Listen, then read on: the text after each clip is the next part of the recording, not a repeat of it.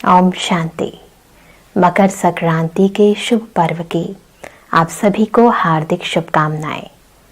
आज हर इंसान चाहता है कि उसके जीवन में सुख, शांति, आनंद, प्यार का सूर्य सदा उदय रहे।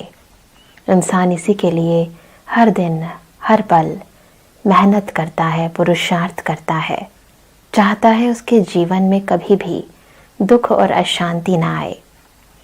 परमात्मा ने हम सभी को अपने जीवन में इस पुरुषार्थ को करने की अनेक विधियां सिखाई हैं और मकर संक्रांति का ये शुभ पर्व हमारे जीवन में इन्हीं सिद्धियों को प्राप्त करने की विधि सिखाने आता है। जो भी पर्व हम मनाते हैं वो पर्व हमें जीवन के बहुत सारे अचूक सिद्धांत सिखाने के लिए आते हैं। बहुत ज़रूरत है कि इन सिद्धांतों के गूढ़ अर्थ को हम अपने जीवन में धारण करें। मकर संक्रांति यदि ज्योतिष की नज़र से देखें तो ज्योतिष शास्त्र कहता है कि जब मकर संक्रांति आती है तो सूर्य धनु राशि से मकर राशि में प्रवेश करता है और जब सूर्य के अंदर ये संक्रमण आता है तो संपूर्ण प्रकृति के अंदर, संसार के अंदर सब जगह एक सकारात्मक परिवर्तन आ जाता है। यह ऐसा शुभ और श्रेष्ठ समय माना जाता है कि जिसके लिए कहा जाता है कि महाभारत काल के समय भीष्म पितामह ने इसी समय अपनी देह का त्याग किया था और ये सोचकर किया था कि अब मुझे देवत्व की प्राप्ति होगी, मैं देवलोक में जाऊंगा। संसार के अंदर कुछ समय ऐसे बनाए गए हैं जिन समय का बहुत ही विशेष महत्व है। एक और छोटी सी कहानी इस त्योहार के अंतर्गत हम सुनते आते हैं। वो कहानी है सूर्य और शनि की। कहते हैं सूर्य बहुत समय के बाद अपने पुत्र शनि से मिलने इसी समय पर आते हैं और ज्योतिष शास्त्र मानता है कि शनि जो है वो मकर राशि का स्वामी है। पिता और पुत्र का मिलाप एक बहुत ही सुंदर संगम है और इसीलिए जब ये त्योहार आता है तो मिलन की यादगार मेला जगह जगह पर लगाए जाते हैं। विशेष तौर पर माघ मेला जो कि हम देखते हैं कि इलाहाबाद में लगाया जाता है। वैसे कहने को तो ये नदियों का मेला है, कहने को तो ये पिता और पुत्र का मिलन है, परंतु वास्तविकता देखी जाए तो हम सभी का पिता वो परम पिता परमात्मा है और हम आत्माएं उनकी संतान है। तो जब परमात्मा और आत्मा का मिलन होता है तभी आत्मा के जीवन में शुभ दिनों का प्रारंभ होता है।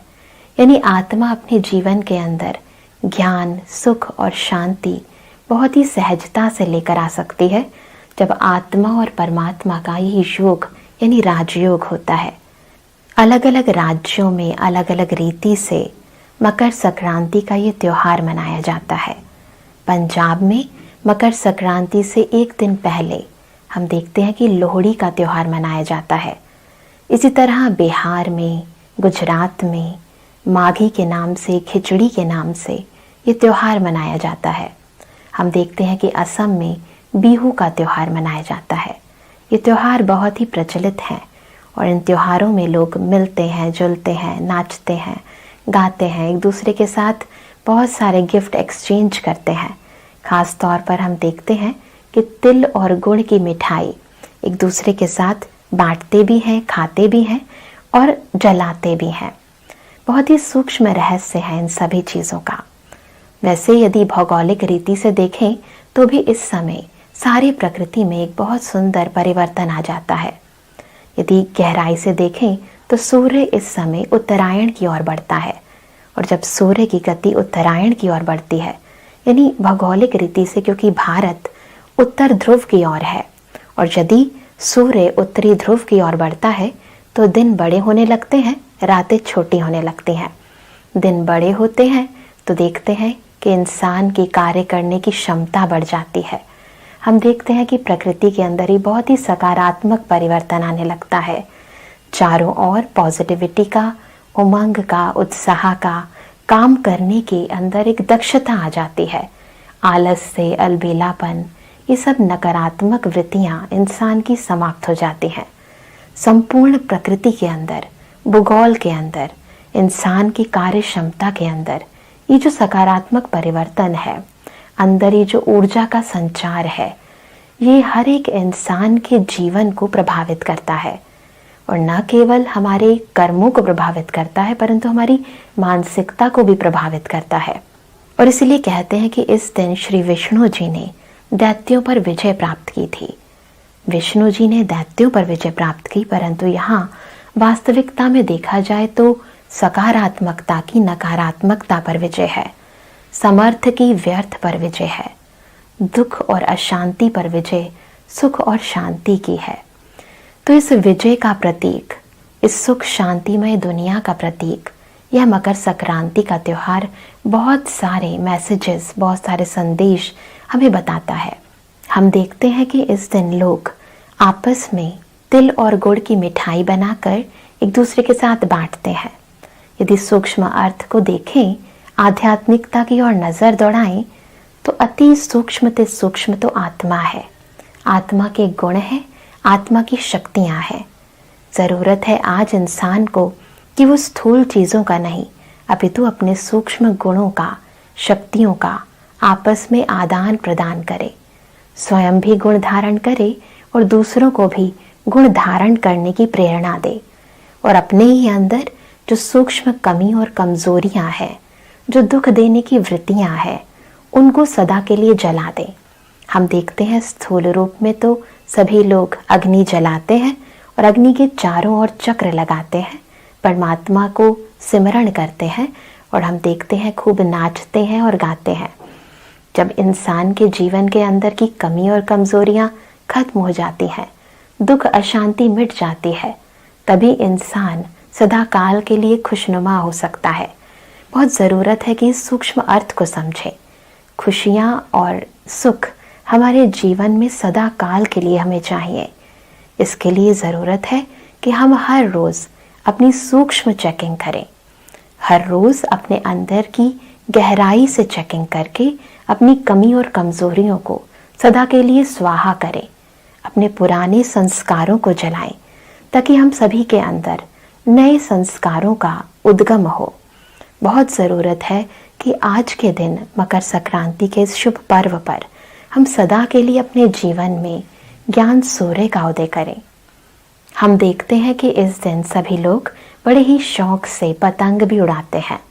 इंसान अपने जीवन में उड़ तब सकता है, हल्का तब हो सकता है, स्वतंत्र तब हो सकता है जब उसके अंदर की कमी और कमजोरियां खत्म हो गई हों, अंदर की परतंत्रता समाप्त हो गई हो। और इसके लिए ज़रूरत है कि रोज़ हम अपने सभी बोझ परमात्मा को दे दें। यदि हम दिल से अपने बोझ परमात्मा को दे देंगे तो हम हल्के हो जाएंगे, तभी हम स्वतंत्र रूप से उड़ सकते हैं। और फिर हम देखते हैं कि पतंग के साथ एक डोर भी लगी हुई होती है और वो डोर है नियमों और मर्यादाओं की। नियमों और मर्यादाओं में यदि अपना जीवन यदि हम संयमित रूप से चलाते हैं तो हमारे जीवन के अंदर कभी भी परतंत्रता नहीं आ सकती, कभी भी हम दुख के, परिस्थितियों के, विपरीत बातों के अधीन नहीं हो सकते, कोई भी बात हम पर हावी नहीं हो सकती।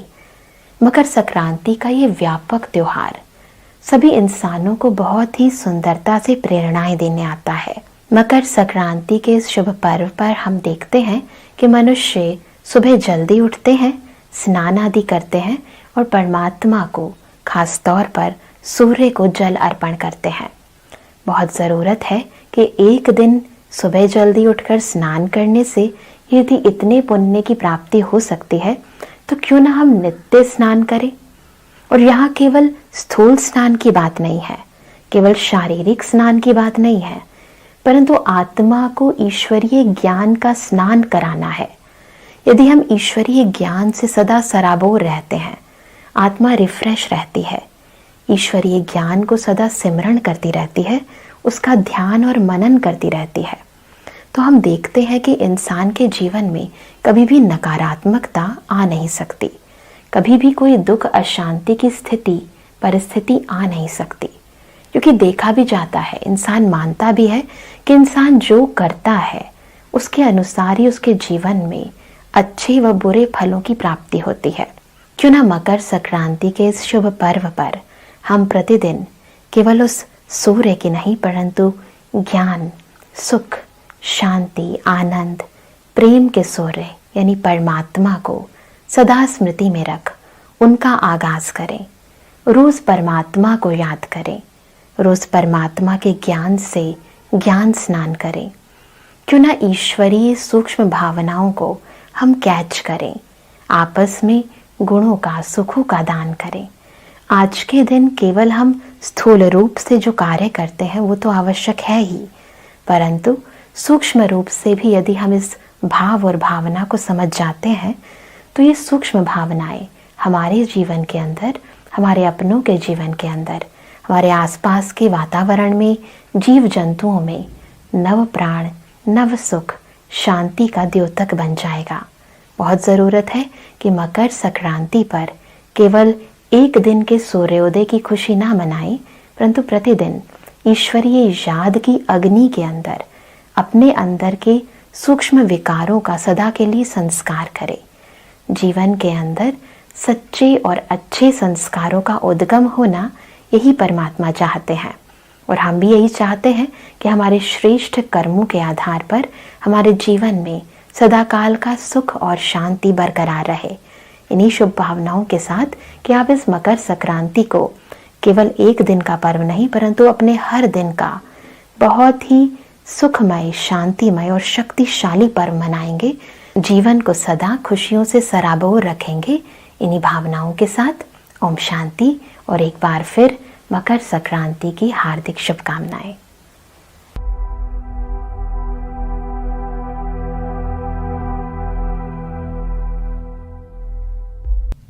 ओम शांति। कुछ देर के लिए स्वयं को संपूर्ण संसार से अलग, एकांत, एकदम साइलेंस में ले चले। चारों ओर आज एक नया माहौल है। संपूर्ण प्रकृति चारों ओर मुस्कुरा रही है। उत्तरायण का ये समय केवल आकाश में नहीं परंतु हम सबके जीवन में एक नया प्रकाश लेकर आया है। महसूस करें कि जैसे आकाश में सूर्य चमकता है, वैसे ज्ञान का सूर्य है, प्रेम का सूर्य है, आनंद, शक्तियों का सूर्य है, हमारे समक्ष है। खुद परमात्मा शिव बाबा हम सर्व मनुष्य आत्माओं पर ज्ञान, गुणों व शक्तियों की किरणें बिखेर रहे हैं। ये सर्व किरणें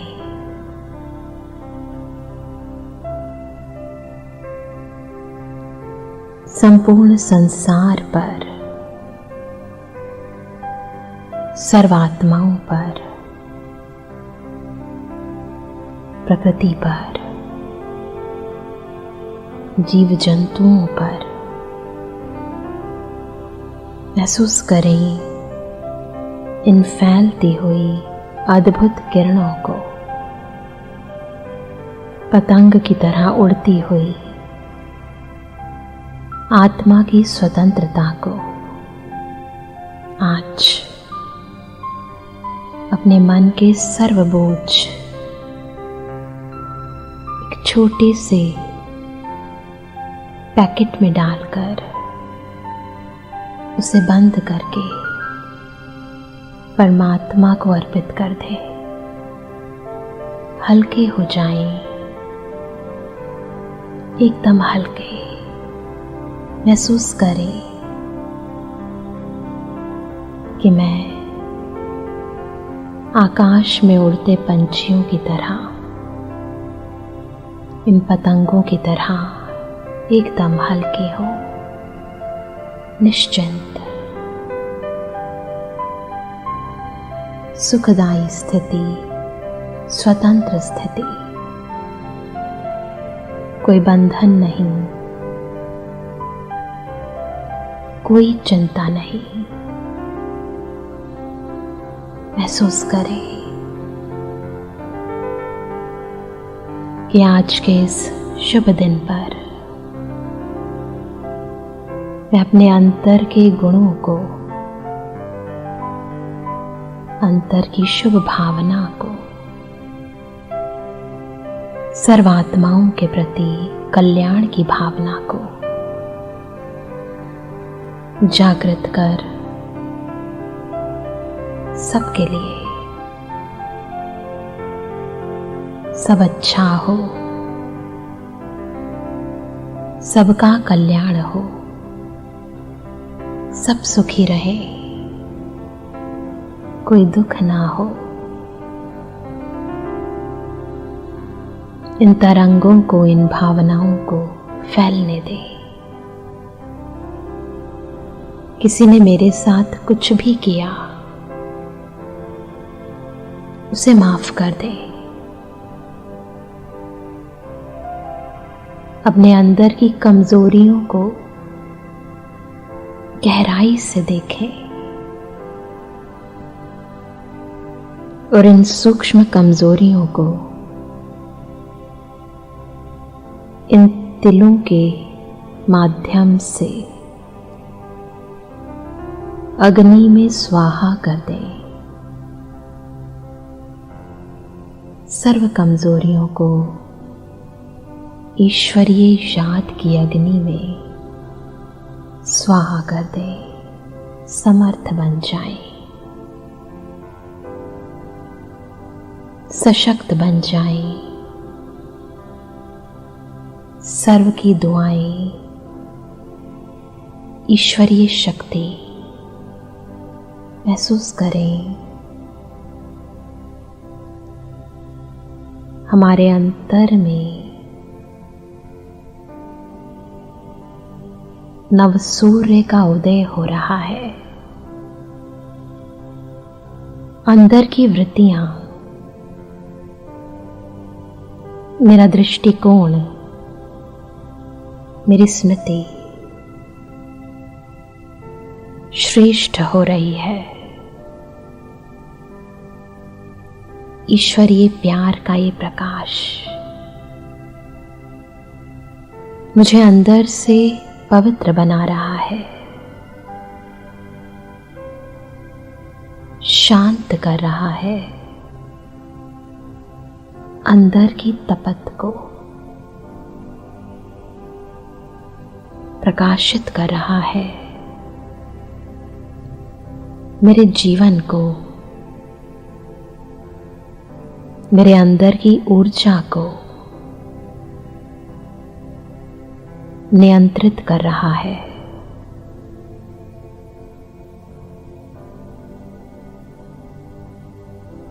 आज का ये शुभ दिवस सर्व के लिए, सदा के लिए मंगलकारी है, श्रेष्ठ है, शुभ है, क्योंकि स्वयं सूर्य, सत्य सूर्य, चैतन्य सूर्य हम सब के साथ है, सदा काल के लिए साथ है, हर पल हर स्थान पर साथ है। आओ, शांति।